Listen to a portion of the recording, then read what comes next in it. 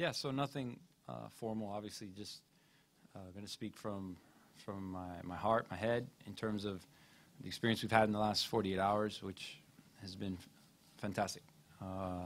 Staff's been preparing for day one for literally the last month, and so much so that we were eager to get started and connect with the players and start working with them on the field, because that's why we do this. That's why we're in this role, is because we love the field and we love training.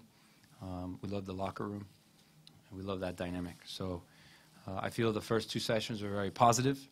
The goal, the objectives were discussed in the locker room with the team in a presentation with some visuals, some words, some video to set the tone, for them to understand who is FC Dallas, what has this club been through, where are we today, and where do we want to go, and connecting with them in a way that is not just soccer, but it's about life, the human being. So we discussed culture, we discussed our ideas of what is culture and what defines us, because there's so much fundamentals and there's so much foundation that needs to be worked on before we kick off in a game, and that's important.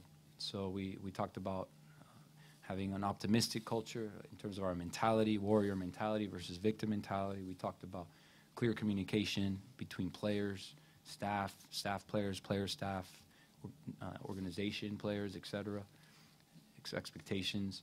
We talked about a culture of joy and creativity and enjoying the game, because it's a creative game, and we're all here because we love the game and we have fun, and that's important.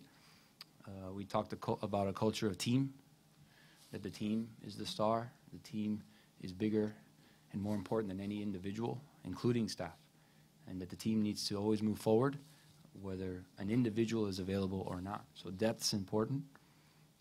Being a good teammate is important. So those are important things in terms of, like I said, setting the tone, so that on the field, whether it's a warm-up, whether it's a rondo, whether it's a technical or 11 versus 11, there's a clear idea. There's a clear idea of how we're going to act, and that allows us then to ask more of them in terms of technique, in terms of tactics, decisions, movements, positioning, sacrifice.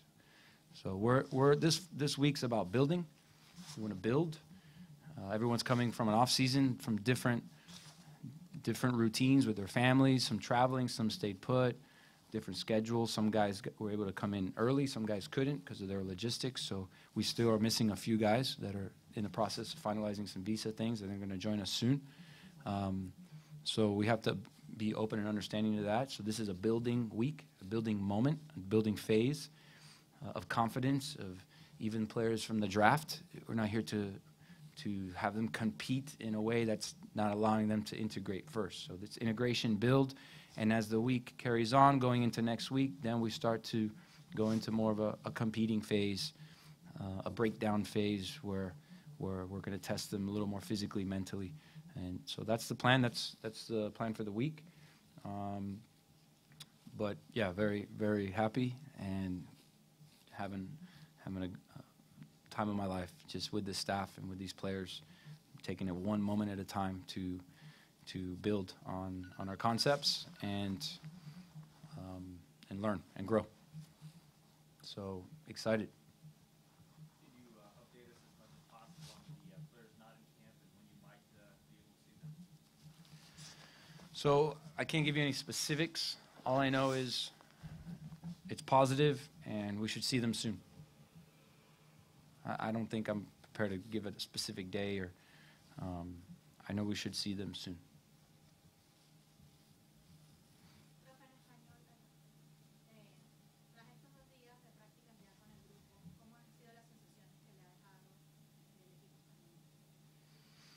Es temprano. Como dije en inglés, que hablamos de cultura, hablamos de cosas del ser humano que son importantes antes que el fútbol. porque eso se va a reflexionar en el fútbol. O sea que más que nada es ir conociendo los muchachos, sus familias, sus situaciones, saber más de ellos, que ellos sepan más de mí, del staff. Es un fase de inicio y de crecimiento, más que competir ahorita, más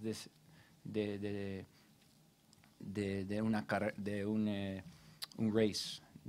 Estamos yendo paso a paso para ir conociendo y mejorar la confianza, subir el fitness, subir la mentalidad, las expectativas. Y con el tiempo, empezando la próxima semana, vamos a ir compitiendo más, exigiendo más. Es una progresión. ¿No podrías más o menos a grandes rasgos decir en cómo va a estar programada la pretemporada? Ahorita comentabas que a partir de la próxima semana quizás vas a tener un poco más de intensidad, pero más o menos cómo está escalonada o cómo planean llevar esta pretemporada hasta marzo, que comienza la primera campaña. Sí, para nosotros la pretemporada tiene 3 fases. Una fase de adaptación, que los jugadores están, como dije, están llegando y están adaptando. Estamos aprendiendo más de ellos de nosotros. Ya en segunda o tercera semana, en fase más se llama load, una carga, para exigirles más de física, mental, técnica, táctica y competir. Y después vamos a una fase de enfoque de la competición, donde vamos a tener partidos en Tucson contra equipos de MLS para ya estar en una mentalidad de concentrar y filtrar decisiones hacia el primer partido. ¿Hay posibilidad de más refuerzos de cara a esta temporada o el grupo se queda ya? Es como el fútbol, nunca se sabe. Estamos con muchas ganas con el grupo que está hoy. Con el grupo que está hoy podemos competir con cualquier equipo en el CONCACAF.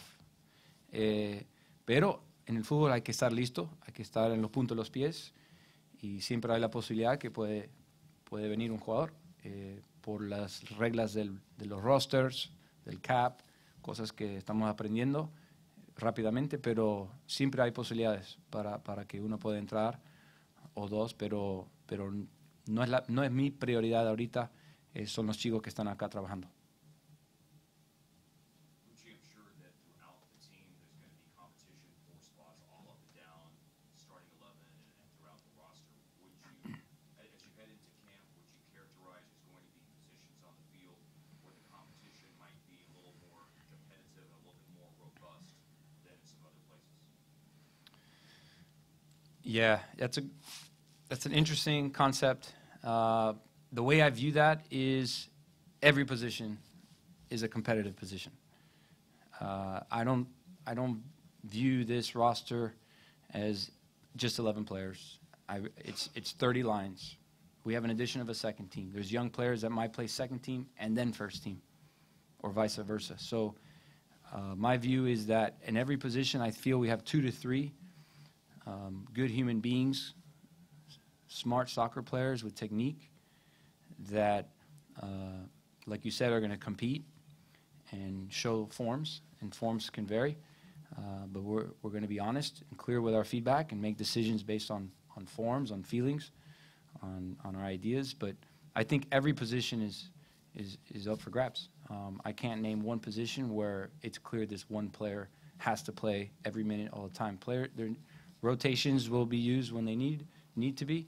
So I'm not in the business of creating a mentality that we depend on one player in one position. So we need everybody to be pushing each other, because then we get the best out of the individuals, because they're going to be pushing each other as teammates. So I think we've got some very interesting depth in all positions, and they're going to be competing for that. For you, there's a lot of planning that goes into over the last 6 weeks from being named head coach to getting ready for preseason. What's it been like these last 24 hours to actually be on the field with this group of guys and getting your feet wet? Awesome, amazing. The planning is great. Planning is important. Framework, methodology. Planning is we have to have planning as professionals in a business and sports and football at the highest level. But it's all about the field. It's about the field. I believe out there, our game is a creative game, is an artistic game, it's an expressive game, it's an adaptation game, and so that's. I mean, we had a plan today that we stuck to for the most part, but we adjusted some spaces, we adjusted some numbers, we added a progression to challenge them because maybe this one was too easy. So that's the most fun, that's the most joy we get out of it as a staff, because that's where we can get players out of their comfort zones in the right way, so that they grow. You have a lot of guys on this team that you yourself have coached in the academy, some guys that have been around for a few years that you've interacted with just being around the club, and brand new guys to the organization. How do you get your relationship building and kind of broach that with some of these guys that kind of know you but don't really know you as a head coach? Yeah, who? I coach guys in the academy? Okay. Yeah. No, obviously I know all the younger players. I had some great youth experiences with them, but starting tomorrow we have individual meetings with all players of all ages, of all backgrounds, to learn about them, reconnect with the ones I know, learn more about the ones I don't know so well personally, but create the same boundaries, create the same expectations. Like I said, create a culture where there's no bias. This is about doing what's in the best intention of the club and the team. Whether I coached you in a national championship game or you just arrived 3 days ago, but we scouted you heavily and we saw you, we're all in this together, and that's the way that they're going to be treated. And that's what they're going to expect from myself and my staff. We haven't seen any goals out there in the first two sessions. How do you plan on building? You mentioned you're kind of building some of these guys up. Approach this week, and what's kind of a success in your eyes? Sure. So we want to stay away from some hard, longer range, mid-range passing with the instep. We want to stay away from laces for the first few days, because those start to flare up muscles that can be injured early in a process. So we want to, like I said, get some toxins out of the legs, build an aerobic core, get them in tighter, small touches, light, soft touches, soft passes, soft movements, so that we can then eventually get to penetration, verticality, scoring, assisting through balls in the air. So we're going to build up to that, absolutely. So maybe for you guys, not so exciting, because you're not seeing the ball hit the net. Believe me, there's a purpose, there's an intention behind that, to build fundamentals that are going to allow us to hit the net with more purpose. One last follow-up. We've seen the goalkeepers participating in the same drills as the field players, not off doing their own. Is that the same kind of mentality with them once you're approaching them? It's my wife. No. Alarm. It's reminding me to be here. Yes, absolutely. Absolutely. Keepers have to be involved in our rondos, positional possession games, technical work. It's just a good evolution for what we feel is important for that position, for our style, for our concepts. We don't want to go into week 2 where we're doing build play, or week 3 doing build play with specific actions and movements without our keeper having 1,000 touches. He just got 100 or 200. No. 1,000, 2,000 touches, so that he's conditioned and he's stimulated in a way where it's not just touches. He's making touches with decisions, and there's references and there's opponents, and now he can make a pass between lines, or he can take a dribble, or he can play the ball over the top and through. So we want to create that foundation for the keepers. They have to learn.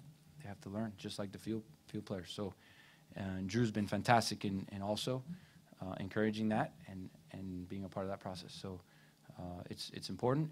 And then they'll get their reps in terms of shot blocking. But the majority of a game, if you think about players that get contact on the ball, the players that have the most contact on the ball are our center backs and goalkeepers.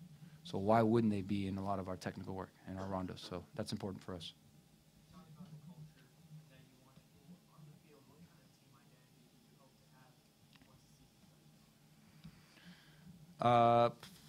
Tactically, technically, or you talking about like mentality? Tactically. So I'm trying to, I don't like to say the same things over and over again, right? I always feel, it's like a training. Like, I'm never going to do 2 trainings exactly the same way. Even though I want the same objective, I'm going to approach it slightly different because I think a human being needs different stimulation and can learn the same things.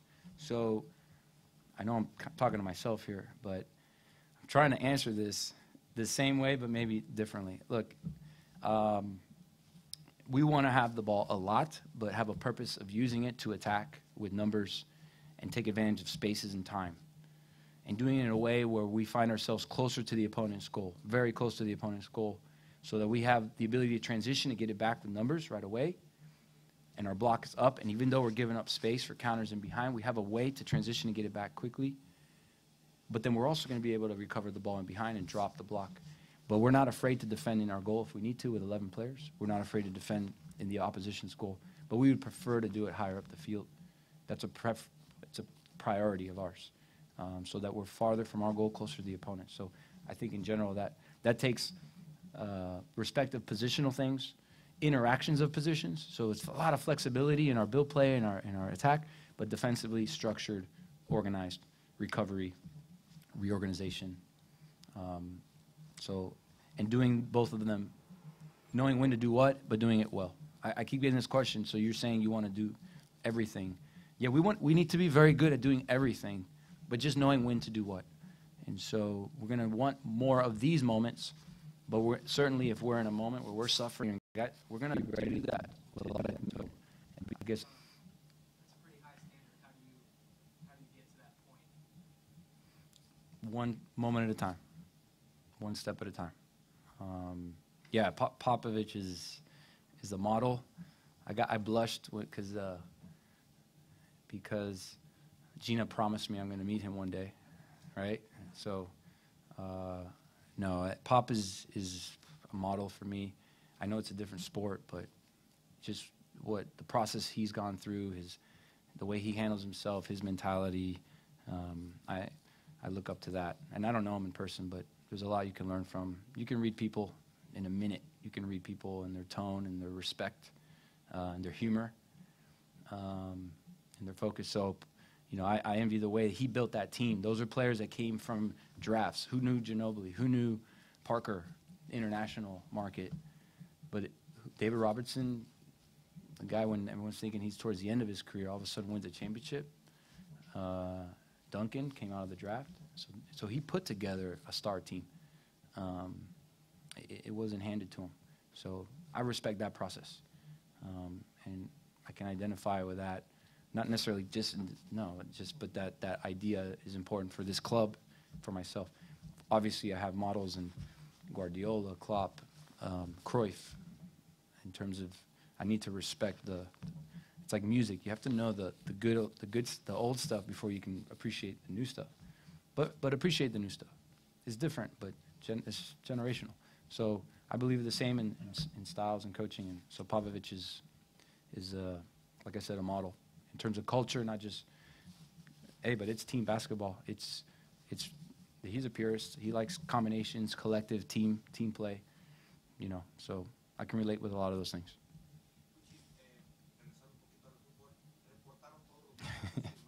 Did you hear Carlos? He said going back to soccer. So, yes, go ahead, sorry.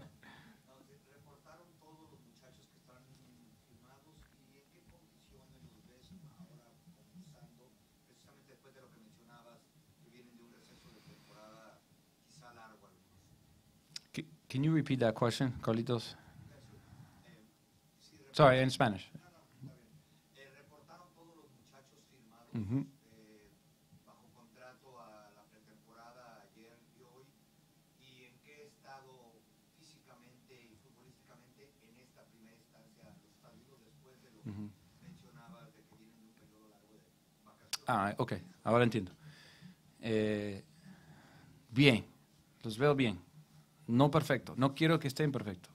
No deben estar, porque significa que están jugando en otro lado sin la guía de nosotros, pero veo chicos que se cuidaron bien en la vacación, comieron bien, estaban con las familias, pero están con una fundación y una actitud listo para mejorar.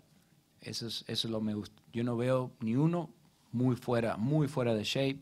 Había unos jugadores que tenían unas cirugías mínimas, poco invasivo, pero ya están entrenando. Hicieron un proceso de terapia con Skyler y staff.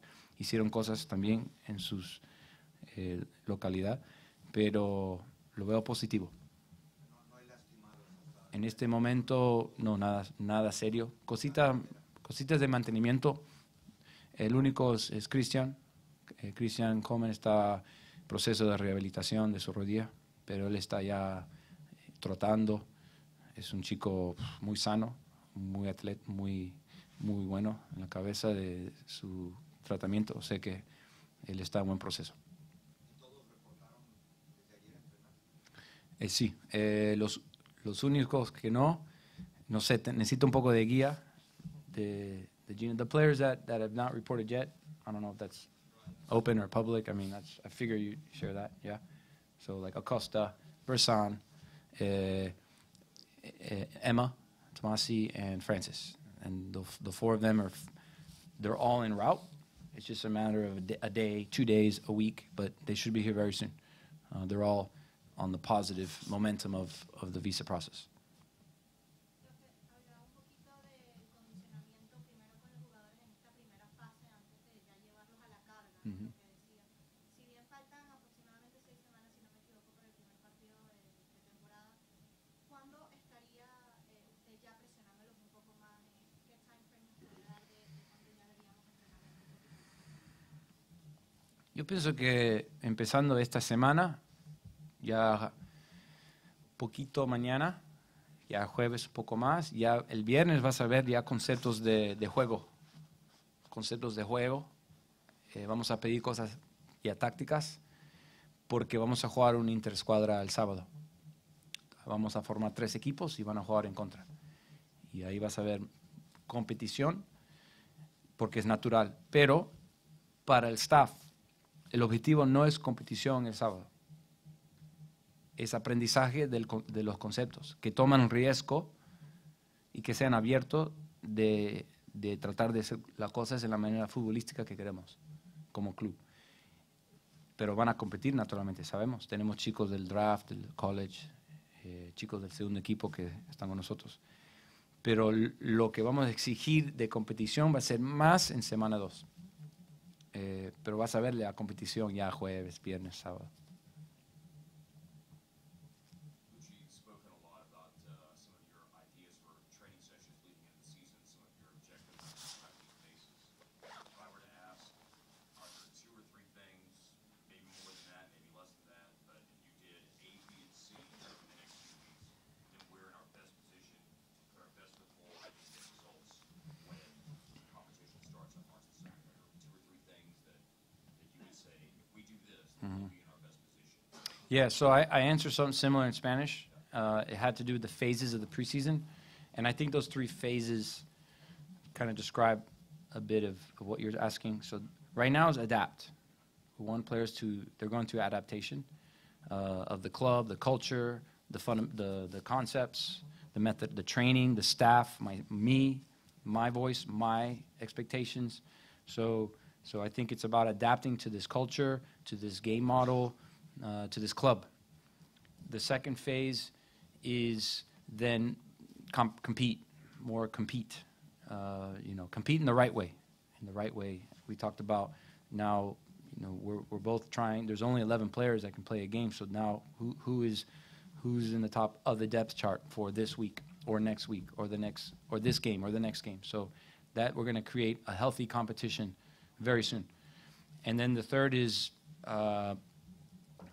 what we would call preparation in terms of game preparation, fine-tuning, being as game ready as possible. So game ready for game 1.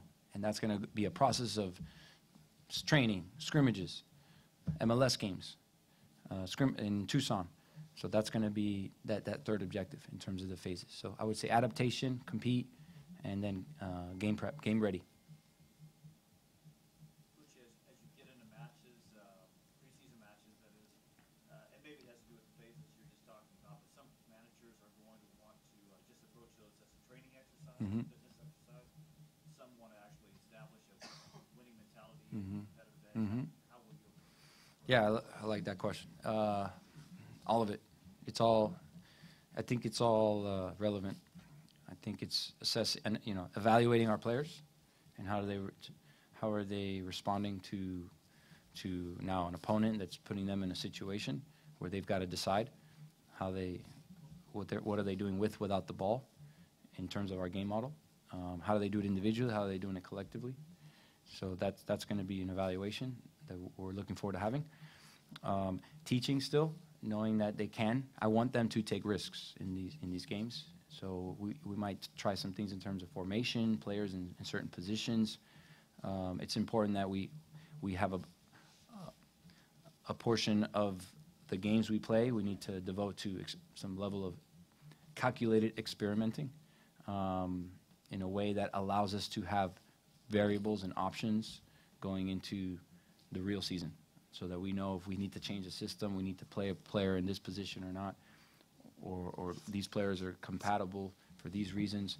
We want to make sure that all of that's been tested in these training and these exhibitions. So I think we want to accomplish both, where we're analyzing, they're competing to earn a spot, and not just in the 11, but the roster, and learn our concepts. Be a team that can play in a game different formations based on where the ball is, where the territories are, where our block is. So pressing schemes, attacking schemes. So those are the two most important in those games. But yes, we will play to win. Exhibitions are played to win. I'm not a big fan of saying, oh well, we didn't win, but we had a lot of the ball, and we dominated possession. That is an important stat, but that's an important stat in the opponent's half. That's an important stat if you have more shots, if you have more crosses. So we're going to give objectives about habits to win the game. But if we got caught on the build or we got countered because our block, we're going to learn that into the preseason so we can balance and measure to be better, like I said, as the competition comes. But first, inter-squad this weekend, I want to see a winner and a loser. Absolutely. We have to have that culture because that's important. As a second youngest coach in MLS, I guess the inexperience is kind of inevitable, but how can you use that maybe to your advantage? Yeah, I keep saying that no one's ever ready till they have to be ready. So that's a philosophy of this club. That's a philosophy of life, and we're very committed. And we're working really hard and passionately and as smart as we can. So we're very motivated to show that we will have experience and we will prove things as a team, as a club. So that's exciting for me. That's just like our players. Just let's step forward. Let's embrace that opportunity, because that's life and that's courage for us. There's a lot of veteran presence lost this past offseason. How do you kind of replace that? Do you have like a leadership council that you kind of have on the team? How do you make sure that your message is conveyed on the field? I think we gain leaders as well. So in every offseason, you're going to lose some important pieces. It's important, but I think we've done a fantastic job in our scouting and to gain pieces, not pieces that we found overnight, pieces that we've been connected to and we've studied to be a part of our culture and improve our leadership and improve our personality as a team and as individuals. So I'm excited with the pieces that we have, the pieces that are coming in, and I see a lot of potential for personality. In terms of a leadership group or committee, yeah, there's moments of those kind of things. I'm not a big fan of taking 5 guys away from the 30, because that already creates some level of, whatever you want to call it. But there's ways, and to me, there's guys in there that have been here for 2 days, and they have leadership qualities, and they're going to be a model in terms of the discipline in the locker room, the diet, the personal health and care and rest and decisions. Or it's a guy that's been there for 8 years. or it's a player that's 19 years old, because he's a leader through example. So I value all styles of leadership: social leaders, leaders through example, vocal leaders. They're all important. Commanding leaders, however you want to call them. There's responding leaders. So yeah, that's a process that is important in the objective. Gracias, Carlos.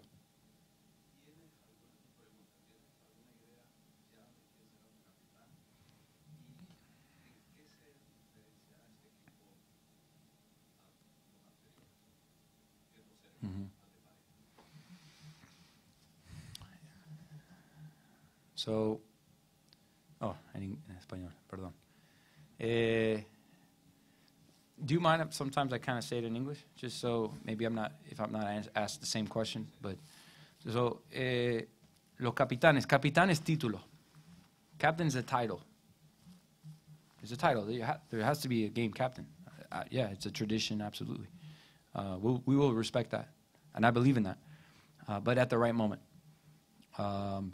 For me, I want attitudes. Attitudes are more important than the title. I think we have several guys that have moments to be a captain. We're going to learn. Right now, I don't think it's a moment to just throw an armband and say, hey, you're the captain. We're in the second day, and we have some pieces, and we have captain material that have been captains. But I don't think it's fair to that former captain or to a potential new captain to just throw an armband out. No, let's go through a process.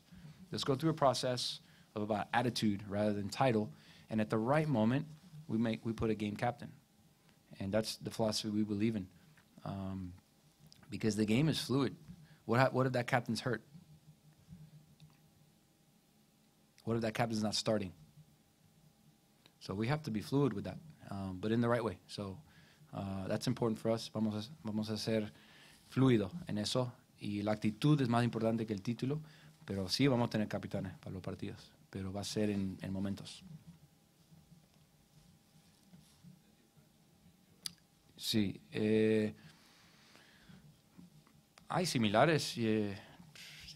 Oscar es modelo para mí, gran modelo para mí como padre. It's like a father figure for me. He doesn't want to hear that because he's not that much older than me. But yeah, in terms of his personality and me being newer here, although I came in when Oscar was in Colorado, then he came back. I mean, I had a talk with Oscar for 2 hours. I visited in 2010, and Dan, I don't know if you remember this. I was visiting the club, and Oscar gave me 2 hours. He doesn't know who I am. Like, he doesn't know me. He knew I played in the league a little. We played against each other, I think, one of the years, but he gave me 2 hours just to talk about football, life, and that taught me a lot. Like, give time. So that's important. So obviously, I think maintain. I think I use the word maintain, preserve. We want to preserve a lot of the strengths and the culture that Oscar has left, and honor that absolutely. And Fernando, but he would also want that the maintenance be an evolution, a growth. So how we're going to maintain a lot of those ways, but build on it and grow on it. So the example of the captain, this team is today different than it was last season, than the season before, than 5 years ago when Oscar started. So I'm gonna make the decisions based on the pieces we have today, and we feel this idea of the title of captain for the game. We're going to handle it this way right now. We had a quick moment. He's busy, he's busy learning and adapting. Yeah, that's good. He's growing, but his voice when I was going through the interview process, and as soon as I was given the honor to coach this team, we spoke twice, one before, one right after, and he was very enthusiastic, very supportive, and that was very inspirational for me to know that any one of these coaches in the academy one day can head coach this team, and I would be so proud of them. And we believe in that, in the development. So I will always maintain a relationship with him, and we'll see. We're going to be similar in things, but we're going to be different. We're going to be different too. So, but always a respect. ¿Cómo va a estar estructurado el área de los asistentes? ¿De qué se va a encargar Peter y de qué se va a encargar Mike? Peter es yo le digo como el policía de la cultura. He's the police of our culture, because Peter has that personality. Peter played the game at the highest level. So he has instant respect and credibility from his background. And when he tells a player to respect our process, they're going to respect it. Not because it's like a direct or autocratic way. It's just because they know who that's coming from. Yeah. So Peter's really important in terms of commitment to the idea of the group, and having individual moments with players to try to help them and get the best out of them, and help them learn about maintaining our idea of training, the game, the locker room, the culture. Don't forget, Peter was a brilliant player. He was technical. He was tactical. He's in line with our game model. So he's also a man that can do fantastic work on the field in terms of game, training, design, and concepts, and decision-making about players. And then Mikey comes from a background perdón, I went into English when it was a Spanish question. It's a very Spanglish press conference, which is up my alley. So with Mikey is technician, ingeniero, planner, framework, models. He studies video concepts, methodology. So he's very important in our process, and also very, very good on the field. Muy bueno en la cancha. De la técnica, de la táctica, espacios, instincts. So muy complementarios, very complementary, those two, and those two get along really well. ¿Van a haber áreas de expertise, por ejemplo, Peter en media cancha, Mike atrás, uno adelante? Yeah, so that's a good question. He's asking if they're going to be specific in their area of coaching on the field. So yo creo que Peter fue mediocampista, él trabaja muy bien en perfiles, él puede ayudar mucho a los 6, al 8, al 10. Mikey fue un 6 central, él tiene ideas de build, muchas ideas de build. Pero no me gusta poner un coach. I don't like to put a coach in just one category. No me gusta porque le limites. You limit them. So there's moments where Peter will just work functional with midfielders, absolutely, because that is a strength. But I also want him to work on build play. I also want him to be involved in this rondo. I think it's like our players. Our players need to be good at a lot of things. Yes, on game day, center backs will play up a certain position, although you never know if one needs to push into the midfield or go wide. We have center backs that can maybe do that. But we're going to do that process 1 week at a time. I don't want today to label that Peter's only with midfielders, Mikey's only with forwards, this guy's only with dead balls. No, dead balls, I'm on the sideline. During dead balls, I'm on the sideline. I don't want them depending on a head coach for dead balls in the game, because that's not the real game. So we're gonna all be involved in a lot, and then we'll have moments of specialization for this training. This is your focus today, Mikey. This is your focus, Peter. Drew, I don't know if you've seen Drew. Drew has been a part of some of the rondos and the technical work, and so that's important for me. You know, that's the idea of the staff. Good question. That's the way we're going to work today. Are you the staff expert, specialist on striking and finishing? Once upon a time, I like attacking third concepts. It's something that I identify with when I played. I will be involved a lot in that planning and execution, but I also pride myself in a dynamic build.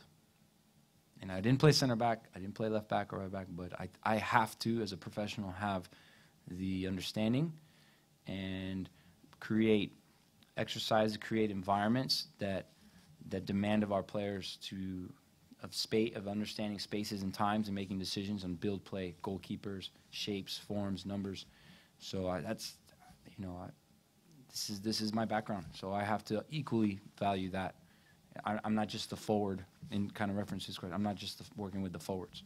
Can I give some extra emphasis on things? Yeah, absolutely, in terms of movements. But I have to be very well versed on and confident in all the areas, and with and without the ball. And I will say this: I was an attacking player. A lot of my teams that I've formerly coached, they're going to be proud. They're going to take pride in recovering the ball, in ball recovery, which when I played, it just wasn't. It didn't seem like that important of a concept. I wasn't demanded of that. I had kind of some shadow pressure and taking the ball away. I wasn't asked really to do that when I developed. So now I'm making sure all of our players, whether you're the 9, the 7, the 10, the 2, the 4, or the keeper, get the ball. Can you get the ball? And so, I wanted to build in those areas. We'll end on a high. Thank you. Thank you. Okay. Thank you. Yeah. Thank you, guys. Thank you for being here.